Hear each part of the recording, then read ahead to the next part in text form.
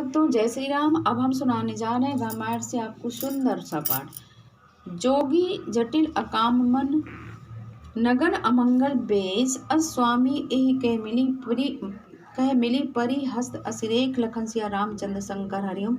योगी जटाधारी निष्काम हृदय, नंगा और अमंगल बेस वाला ऐसा पति इसको मिलेगा।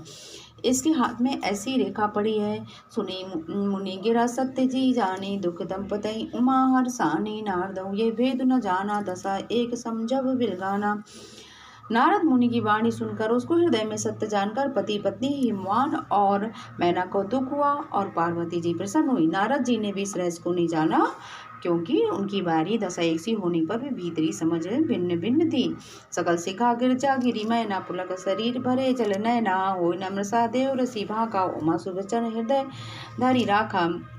सारी सखियां पार्वती पर्वतराज हिमवान और मैना सभी के शरीर पुलकित थे और सभी के नेत्रों में जल भरा था। देवर्षि के वचन सत्य नहीं हो सकते, ये विचार कर पार्वती ने उन वचनों को हृदय में धारण कर लिया। उपजे उसी पद कमल सनेहु, मिलन कठिन मन भा संदेहु। जानिकु असुरु प्रीत दुराई, सखी उचंग बैठी पुनि जाई।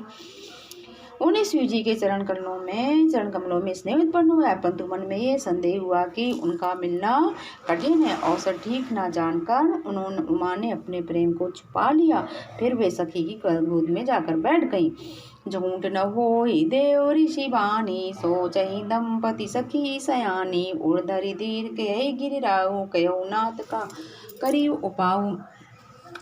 देवर्षि जी की वाणी झूठी न होगी, ये विचार कर मैना और हिमवान मैना और सारी चतुर सखियां चिंता करने लगी। फिर हृदय में धीरज धरकर पर्वतराज ने कहा, हे नाथ, कहिए अब क्या उपाय किया जाए। कहे लखन सिया रामचंद्र शंकर हरिओम। कहे मुनीस हिमंत सुनो, जो विधि लिखा लीलार। देव धनुज नर नाग मुनि, को न मेटन हार। लखन सिया रामचंद्र शंकर हरिओम। मुनीश्वर ने कहा, हे हिमवान सुनो, विधाता ने ललाट पर जो कुछ लिख दिया है उसको देवता दानव मनुष्य नाग और मुनि कोई भी नहीं मिटा सकते हैं। लखन सिया रामचंद्र शंकर हरिओम।